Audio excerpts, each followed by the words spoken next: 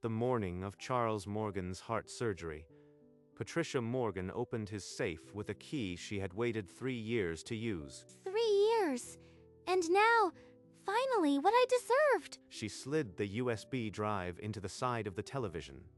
Come on, Charles. Make it good. Patricia positioned her phone on a tripod, framing herself on the couch with the television glowing behind her. Now, produce the tears for the camera. She stopped recording and typed a caption, "Grieving the man who gave us everything." Heartbroken. Within minutes, heart emojis and prayer hands flooded her feed. 3 miles away, Charles Morgan was wheeled into surgery, his vitals beeping in steady rhythm. He smiled faintly, as if he knew exactly what his daughter-in-law was doing. 3 hours earlier, Charles Morgan called his daughter-in-law into his study. "Patricia, I want you to have this, the safe key, just in case something happens during the surgery." Finally, 3 years of waiting, and he hands it to me himself. She took the key with a smile that never reached her eyes. That afternoon, Charles met with Frank Lawson, his attorney of 20 years, in a private recording session. "Frank, we record 2 versions today. One they'll find, one they won't." You are sure about this, Charles? The cancellation protocol is irreversible once triggered. I've never been more sure. Let's begin with the warm version. For the audience, He delivered a heartfelt testament, leaving everything to his son, Andrew, and to Patricia. Then, with a slight nod, he recorded a second message. That file would stay encrypted, waiting for a phone call only he could make. Charles arrived at the hospital just as the sun was rising, alone. In his pre-op room, he dialed Frank one last time. remember, Frank, only trigger version B if I personally call you after surgery. No call, no change. And if you can't call, Then let the public version stand. But I intend to make that call, Frank. I intend to. He ended the call and lay back, the weight of the gamble settling around him. Everything depends on me waking up. An hour later, a nurse wheeled him toward the operating room. As the anesthesia took hold, his last conscious thought was of the second video file, waiting in Frank's encrypted drive. The monitors beeped steadily. The scalpel was raised, and somewhere across town, Patricia's post was already gathering hearts and prayers. At her house, Patricia replayed Charles's recorded will, her lips curling into a satisfied smile as his voice filled the room. Every word was exactly what I needed to hear. At the hospital, the surgery concluded without complication, and Charles Morgan was wheeled into the recovery room, his vitals strong. I am still here. He blinked against the harsh recovery room lights, his hand already reaching out as if pulled by an invisible string. His fingers closed around the phone. For a moment, he just stared at the screen, the weight of what he was about to do settling in his chest. Now the real work begins. Across town, Patricia refreshed her post on social media, watching the likes and heart emojis climb with each passing minute. Finally, leverage. And in his hospital bed, Charles's thumb hovered over Frank's number, the cursor blinking next to his lawyer's name, waiting for a single press that would change everything. He pressed call. 1 ring, 2. Then Frank's voice, alert despite the early hour. Frank, it's Charles. I am fine. Trigger version B. understood. Version A is void.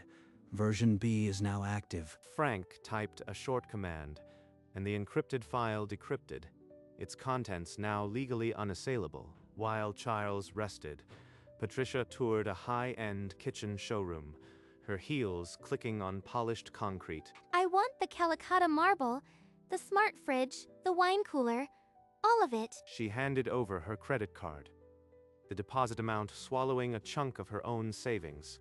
It won't matter soon. The full estate will cover this 10 times over. Back at the hospital, Charles set down the phone, a quiet smile settling on his lips. The trap was live, and Patricia was out there, spending money that had just been taken away. That afternoon, Patricia swept into his hospital room, carrying an expensive bouquet, her eyes already glistening. Charles, you gave us such a scare. The whole family has been praying. Have they?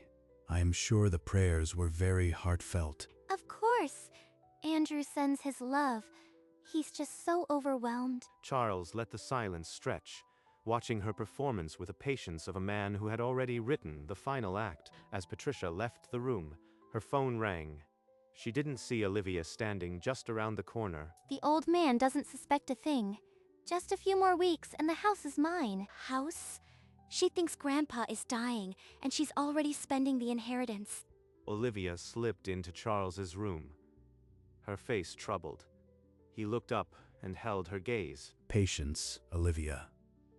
Some debts are collected without a single phone call. That evening, Patricia cornered Andrew in their living room, her voice trembling with rehearsed excitement. The house in Aspen, Andrew.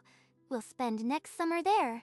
I've already started looking at flights. Patricia, don't you think you are getting ahead of yourself? Dad is still recovering. He would want us to be happy. Besides, the will is clear. We'll be fine. The doorbell rang sharply. Outside, Olivia's glare could cut glass. I heard you. At the hospital, you are already spending his money before he's even gone. You have no idea what you are talking about. This is none of your business. I know exactly what it is, and I'll find out the truth, no matter what you say. Back in her bedroom, Olivia dialed Charles's number, her hands trembling. Frank answered. Charles is resting. I can't say much now, but trust that your grandfather has everything under control. 2 days later, Charles sat up in his hospital bed, his voice steadier than it had been in weeks. Frank, schedule the reading. 3 weeks from now, invite everyone. Everyone, including Patricia and Andrew? Are you sure about this? Especially them. I want her to walk into that room with her best smile. Frank made the calls.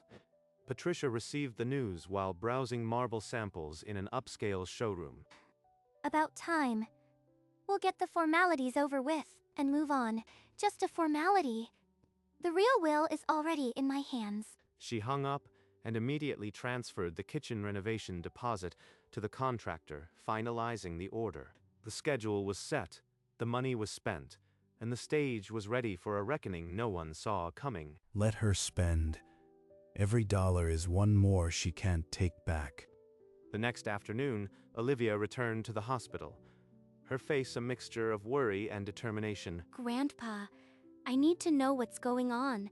Patricia is already acting like everything is hers. I know exactly what she's doing, but you have to trust me, Olivia. But why won't you tell me? I can help. I don't want her to get away with this. Because if you knew the details, you'd be caught in the crossfire. Just watch. In 3 weeks, she'll understand. I am scared, Grandpa. What if something happens to you? Nothing will. I've planned for every possibility. Now, promise me you'll stand by me, no matter what. I promise. I always will. They embraced, and when Olivia left the room, her step was lighter, though the fire in her eyes had not dimmed. She's the one true thing in this family, and I'll make sure she's rewarded. The night before the reading, Patricia sat in her living room, tapping out a new post with practiced ease. Just one more night of public grief, and then the real celebration begins. Andrew found her there, his voice tight with a question he had been afraid to ask. You've been spending a lot lately. Are you sure about tomorrow? Don't start with your doubts. Everything is already settled. She never listens. Something about this feels terribly wrong. Meanwhile, Charles sat alone in his study, pen scratching across heavy stationery. Dear Andrew, by the time you read this, you will understand how blind you have been. He sealed the envelope and placed it on the corner of the desk, ready for the morning. Outside, the city slept, unaware that by noon, a family would be shattered and rebuilt. The morning of the reading, Patricia zipped herself into a dark navy dress that cost more than most people's monthly rent. She admired her reflection and smiled, the smile of a woman who thinks she has already won. They drove to the law office in a luxury SUV, Andrew staring out the window, Olivia silent in the back. In the conference room, the family took their seats. Patricia at one end, Olivia opposite, Andrew shrinking in between. Before we begin, I must inform you that there are conditions attached to the distribution. Conditions. Charles never mentioned conditions. Her smile didn't vanish, but it suddenly required effort, the edges trembling with the strain of maintaining it. Go on, Frank. I am sure we're all eager to hear the details. Frank clicked a button, and the screen behind him lit up with a paused video of Charles, but not the one Patricia expected. The first crack appeared in Patricia's confidence, a hairline fracture she could not hide. The video you watched, Patricia, was not the final, binding version. What are you talking about? I saw it with my own eyes. Charles recorded 2 versions. The one you saw has been legally voided. The room went so silent that the hum of the air conditioner suddenly seemed like thunder. Frank, what's going on? What does this mean? After his surgery, Charles personally triggered an alternate provision. Everything is now governed by a different recording. Patricia's fingers curled around the edge of the table, her nails leaving faint crescents in the polished wood. Tell them, Frank. Tell them what happens when someone opens a safe they shouldn't. I'll let Charles himself explain. He pressed play, and the screen flickered to life with the image of Charles, his eyes looking straight through the camera. Patricia, you opened my safe and watched version A while I was on the operating table. The words struck like a physical blow. Patricia's face drained of color. Andrew turned to his wife, his mouth opening and closing without sound. Olivia's eyes were fixed on the screen, a slow vindication dawning. On the screen, Charles's image stared out, unblinking, as if waiting for the silence to break. Frank lifted the remote and pressed pause, freezing the image. The room held its breath, the stillness absolute. Patricia's perfectly manicured nails were digging into her own palms, her hands trembling. Charles looked on from his chair, a ghost of a smile at the corner of his mouth. The video would continue, but everyone in that room already knew the verdict had been passed. To my daughter-in-law, Patricia, I leave $1. $1? This is a joke. This whole thing is a sham. Frank reached into his jacket and produced a single, crisp bill. He set it on the polished table before her. You think you can humiliate me? I'll contest this. I'll take it to court. Andrew sat frozen, staring at the dollar, as if it had teeth. Across the table, Olivia's eyes were bright with something that looked very much like relief. Charles observed the scene from his chair, his expression unreadable, but far from unhappy. Patricia snatched the bill and hurled it toward Charles. It fluttered like a wounded moth and landed near his feet. I'd advise against destroying legal documents, Mrs. Morgan. That bill is your inheritance. What about the house? The accounts?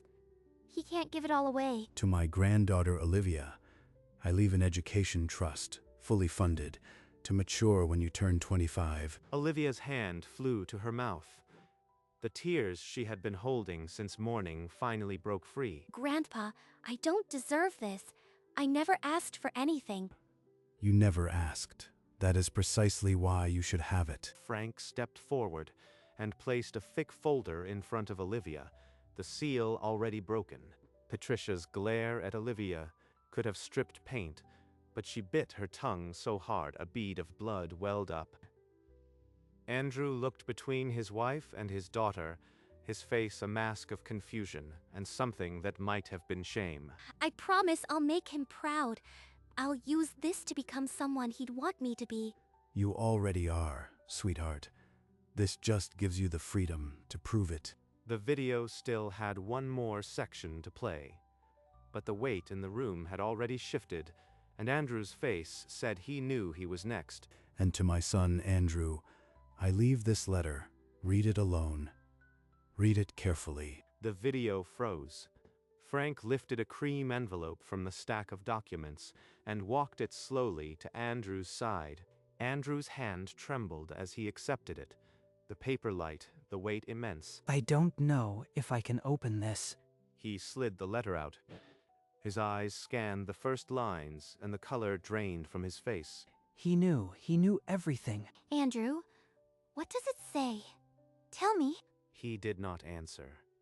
His hand moved to his mouth and his shoulders shook once, silently. The letter slipped onto the table. The room watched it land like a verdict. Charles's expression did not change, but in the set of his jaw, there was not triumph, only the weight of a father who had done what he had to. Frank closed the leather folder with a soft, definitive thud that echoed in the quiet room. Patricia shoved her chair back, the legs scraping against the floor like a wounded animal. Wait. You don't get to walk out before you answer me. Did you really plan this from the start? The safe, the video, everything? I did what I had to do. That old man was never going to give me my due. I gave you the key, Patricia, to see what you would do. You failed my test spectacularly. Patricia's mouth opened and closed, but no sound came. For the first time, she had nothing to say. Andrew stared at the woman he had married, seeing her clearly for the first time in years. The silence that followed was not peace. It was the sound of a family breaking apart, one truth at a time. I will contest this. Every lawyer in the state will hear how you set me up. This will is forged in steel, Mrs. Morgan. 3 witnesses, video authentication, and a live cancellation protocol. You'll lose. Andrew, say something. You were just going to let him do this to me. We're done, Patricia. You've done enough. She grabbed her purse, the $1 bill fluttering to the floor, forgotten. The door slammed, and the silence that followed was heavier than any of her screams. Andrew's shoulders heaved, and a raw sob escaped him, the sound of a man who had just lost a decade of his life. Olivia took a step toward her father, her hand outstretched, her own eyes glistening. Let him grieve, Olivia. He's just started seeing the truth. The room was fractured, but not beyond repair. For the first time, there was silence without poison. Charles rose from his chair, each step deliberate, and crossed to where his son sat broken. Dad, I'm sorry. I was so blind. The letter wasn't a punishment. It was a mirror. You needed to see clearly. You have a daughter who needs you, a father who still believes in you. Start fresh. Andrew grasped it, and Charles pulled him into a tight embrace. Holding him as he cried, Olivia stepped forward and wrapped her arms around both of them, her tears falling silently. We start from here. No lies, no more blind trust, just the 3 of us. Thank you, Grandpa, for believing in us. Andrew nodded, unable to speak, but his hand squeezed his father's arm with a promise he would keep. Charles looked at his family, and for the first time in months, the weariness in his eyes softened into something like peace. Frank passed the final documents around the table, each page a chapter in a story that had just reached its end. Olivia opened her folder and traced her finger across the seal, a smile breaking through the last of her tears. I never stopped loving you, but you stopped seeing me. His voice broke on the last word. Charles watched his son read, and the years of hidden hurt lifted slightly from his shoulders. Franks slid the remaining documents into his briefcase with the quiet finality of a door closing. Andrew folded the letter carefully, pressing the crease as if sealing a promise. Olivia tucked her trust papers into her bag and stood, her legs unsteady, but her heart steady. Charles rose and placed a hand on Andrew's shoulder, a gesture that said more than any signed contract. The 3 of them walked out together, not healed, but honest, and that was a beginning. Behind them, the conference room returned to silence, a single $1 bill still lying on the floor where Patricia had left it. Patricia sat on the edge of a motel bed, the $1 bill crumpled in her fist. This is all I'm worth now. $1. Her phone buzzed with notifications, a flood of heart emojis still pouring in from her earlier grief post. Look at them, still praying for the grieving widow who never existed. She opened her profile and began deleting every post, one by one, her thumb pressing with mechanical fury. The fake tears, the smug planning in her kitchen, the victorious smirk, all erased into digital nothing. She typed one final caption: "Trust is a currency I can no longer afford." She tossed the dollar bill onto the small motel table. Right across her abandoned kitchen renovation plans, she sat back, the phone slipping from her hands. Her reflection caught in the dark television screen across the room. There was no grand exit, no dramatic vow, just a woman who had tried to steal a fortune and was left with the price of a cup of coffee. Days later, Charles sat on the old garden bench, the afternoon sun filtering through the leaves. Olivia joined him, two steaming cups in hand, and sat without a word, the way they always had. You were the only one who never asked me for a cent. I only ever wanted you. The rest was never important. He reached over and patted her hand. For a long while, neither spoke, and that was enough. A good garden takes patience. A good family, too. Olivia rested her head on his shoulder. They watched the light shift across the flowers. The garden was alive with blooms, each petal a quiet defiance of everything they had been through. Charles closed his eyes, not with the exhaustion of a man worn down, but with the peace of one who had finally evened the scales. In the stillness, a single leaf drifted down and settled on the bench between them, as if the garden itself was giving its blessing.